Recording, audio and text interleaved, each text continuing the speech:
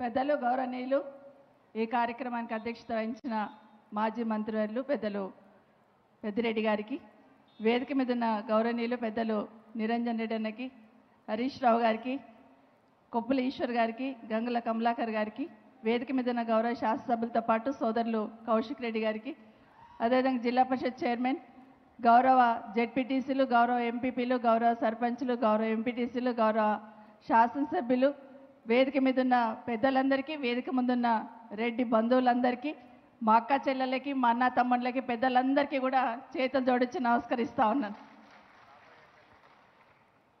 అదేవిధంగా ఈరోజు మీ అందరి ఆశీర్వాదంతో, ఇక్కడికి వచ్చిన ప్రతి ఒక్కరి మనస్ఫూర్తి ఆశీర్వాదంతో ఎమ్మెల్యేగా కాబోతున్న గెల్లు శ్రీనివాస్ గారికి కూడా మీ అందరి ఆశీర్వాదం ఇవ్వాలని కోరుకుంటూ, చాలా సంతోషం. ఈరోజు రెడ్డి కమ్యూనిటీకి సంబంధించిన స్కిల్ డెవలప్మెంట్ బిల్డింగ్కి ఫౌండేషన్ వేయడానికి గౌరవ ముఖ్యమంత్రి గారు ఇచ్చిన బిల్డింగ్కి దాంట్లో మేము భాగస్వామ్యం కావడం అనేది మేము అదృష్టంగా భావిస్తూ ఉన్నాం. మరొక్కసారి మీ అందరి తరఫున ముఖ్యమంత్రి గారికి ప్రత్యేకంగా ధన్యవాదాలు చెప్తా ఉన్నాను. ఎందుకంటే అడిగిందే తడుగా, అడగకుండా అడిగిందే అమ్మాయిని అన్నం పెట్టదంటారు.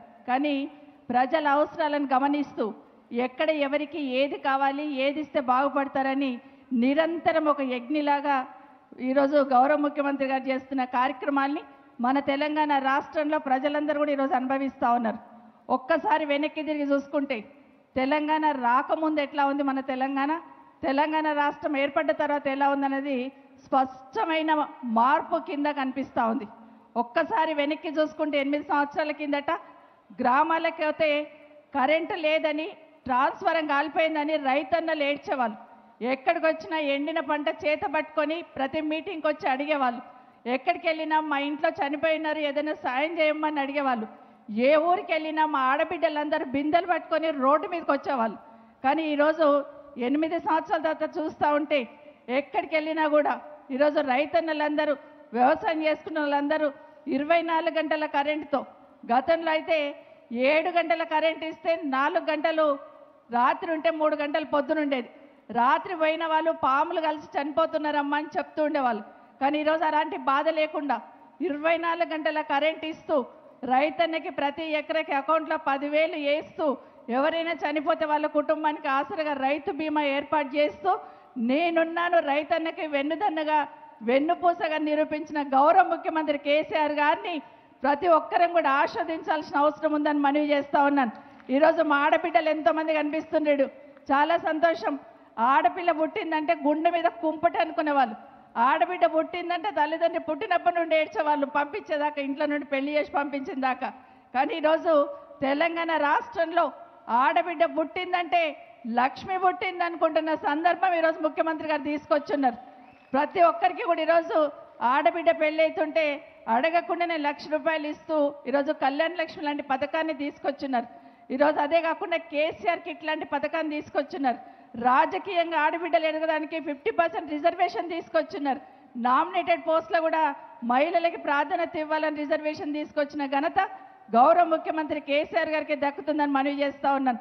మనందరికీ తెలిసి ఈరోజు కాళేశ్వరం లాంటి ప్రాజెక్టు కేసీఆర్ గారు కాకుండా ఇంకెవరైనా ఉంటే 30 సంవత్సరాలైనా పూర్తయ్యేది కాదు. కానీ కేసీఆర్ గారు ఉన్నారు కాబట్టి 3 సంవత్సరాల్లో పూర్తి చేసి కాళేశ్వరం ప్రాజెక్టు నీటిని అందించిన ఘనత ఈరోజు మన ముఖ్యమంత్రి గారికి దక్కింది. ఇదే కాదు, తెలంగాణ రాష్ట్రంలో ప్రతి ఎకరాకు నీరు అందించాలనే లక్ష్యంతో ముఖ్యమంత్రి గారు పనిచేస్తూ ఉన్నారు.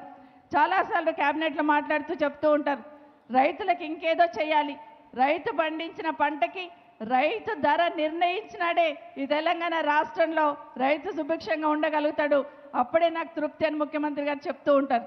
రైతును వ్యాపారం దిశగా అడుగులు వేసేటట్టు చేయాలన్న ఆలోచన ముఖ్యమంత్రి గారు చేస్తూ ఉంటారు. ఇవన్నీ కార్యక్రమాలతో పాటు ఆర్థికంగా వెనుకబడ్డ, అది రెడ్డి కులం కావచ్చు, బ్రాహ్మణ కులం కావచ్చు, వైశ్య కులం కావచ్చు, వీళ్ళందరికీ కూడా 10% రిజర్వేషన్ ఇచ్చిన ఘనత కేసీఆర్ గారికి దక్కిందని మాత్రం మనవి చేస్తూ ఉన్నాను. చాలాసార్లు చర్చించి వదిలేస్తున్నారు.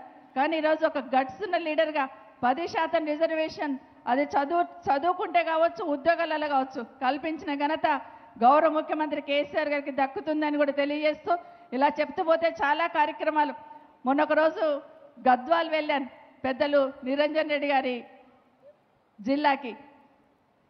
చాలాసార్లు ఈస్ట్ గోదావరి అటు పోతా ఉంటే పచ్చని పొలాలు, చెరువులు, కుంటల నీళ్లతో, కాలువల ధర నీళ్లతో చూసేదాన్ని.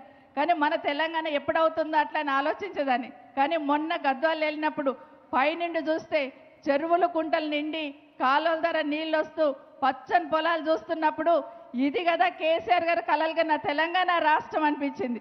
అదేవిధంగా ప్రతి ఒక్కరి దగ్గర కూడా ప్రతి ఎకరాకు ఆ విధంగా అందించే సంకల్పంతో పనిచేస్తున్న ముఖ్యమంత్రి గారికి మనం వెన్నంటి ఉండాలని మరొకసారి మీ అందరిని కూడా కోరుతా ఉన్నాను. ఒక అన్నలాగా ఆడబిడ్డలకు కావాల్సిన అవసరాలు తీరుస్తూ ఒక రైతుకి వెన్నెముకలాగా ఉన్న గౌరవ ముఖ్యమంత్రి కేసీఆర్ గారికి మనందరూ కూడా ఆశీర్వదించండి, అండగా ఉండండి అని కూడా మరొకసారి మనవి చేస్తూ ఉన్నాను. ఈరోజు ఇక్కడ జరుగుతున్న ఎన్నిక ఏదైతే ఉందో ఖచ్చితంగా ప్రతి ఒక్కరు ఆలోచించాల్సిన అవసరం ఉంది. అడగకుండానే మన అకౌంట్లలో 10,000 వేసిన ముఖ్యమంత్రి గారికి అండగా ఉండాలా, లేదంటే మనకు తెలియకుండా మన జేబులకు చిల్లులు పెడుతున్న బీజేపీకి అండగా ఉండాలి? ఒక్కసారి ఆలోచించండి. ఈరోజు పెట్రోల్, డీజిల్ ధరలు ఏ విధంగా పెరిగినాయి? పెట్రోల్, డీజిల్ ధర పెరగడం వల్ల నిత్యావసర వస్తువుల ధరలు ఏ విధంగా పెరుగుతుంది, గ్యాస్ ఏ విధంగా పెంచున్నారు, ఇవన్నీ కూడా ఖచ్చితంగా ఆలోచించాల్సిన అవసరం ఉందని కూడా మిమ్మల్ని అందరినీ కోరుకుంటూ, మీరందరూ కూడా ఈరోజు ముఖ్యమంత్రి గారు నిరంతరం శ్రమిస్తున్న కేసీఆర్ గారికి అండగా ఉండడానికి వారిని మనస్ఫూర్తిగా ఆశీర్వదించండి. వారు బలపరిచిన గెల్లు శ్రీనివాస్ యాదవ్ గారిని మీరందరూ అండగా ఉండండి అని కూడా మరొక్కసారి పేరు పేరున మా అక్క చెల్లెలు, మా అన్న తమ్ముళ్ళని కోరుకుంటూ సెలవు తీసుకుంటున్నాను.